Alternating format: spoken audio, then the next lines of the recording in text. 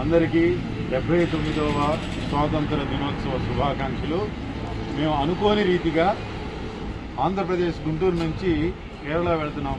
మయమార్ ఇడుక్కి జిల్లా ఇది అయినప్పటికీ కారులో వెళ్తున్నాము.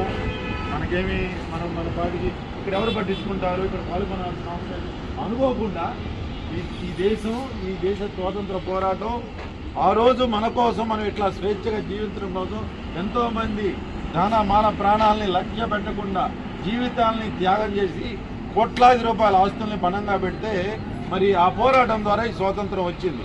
ఈ ఒక గవర్నమెంట్ టీచర్ ఉన్నాడు, మంచి పౌరులను తయారు చేస్తే అది దేశభక్తి. ఒక డాక్టర్ ఉంటాడు, పేషెంట్కి మరి లాభాపేక్షనే కాకుండా డబ్బులు తీసుకున్నప్పటికీ మంచి సర్వీస్ ఇచ్చి కల్తీ లేకుండా చేస్తే అది దేశభక్తి. వ్యాపారం చేసేవాళ్ళు లాభం తీసుకుంటేనే మరి దేశానికి మనకి వచ్చే ప్రొడక్ట్స్ అమ్మగలగాలి, కల్తీలు అమ్మకూడదు. మరి ఇవన్నీ మనం కల్తీ చేసి దేశభక్తి అంటే కాదు. కానీ ఇక్కడ మీరు ఇంత సమయాన్ని ఒక మిలిటరీ మ్యాన్, మీ పేరు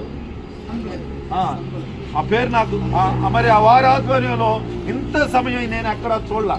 అంటే 2 నిమిషాలు అక్కడ ఎగరేసి ఇచ్చేసి స్వీట్ ప్యాకెట్లు ఏదైనా ఇచ్చేసి పంపిస్తారు. కానీ ఇంత డీటెయిల్గా మీ వృత్తిలో ఎలా ఉండాలి, ఏంటి దేశభక్తి అనేది చాలా చక్కగా మాకు కొంత అర్థం కాకపోయినా మాకు అర్థమైంది.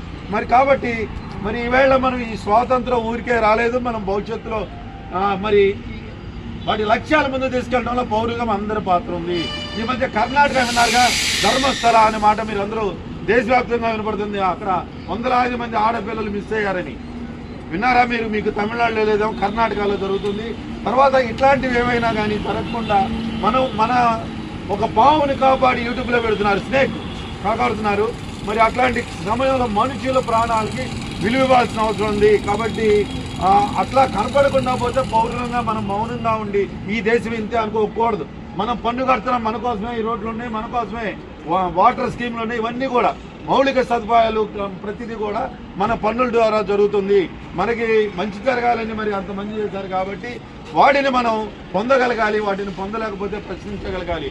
అదే స్వాతంత్ర పోరాటానికి స్ఫూర్తి అని చెప్పి తెలియజేసుకుంటూ మరి మా భాష కాకపోయినా నాకు ఇక్కడ మాట్లాడే అవకాశం కల్పించినందుకు మీ అందరికీ ధన్యవాదాలు తెలియజేస్తామన్నా. Thank you.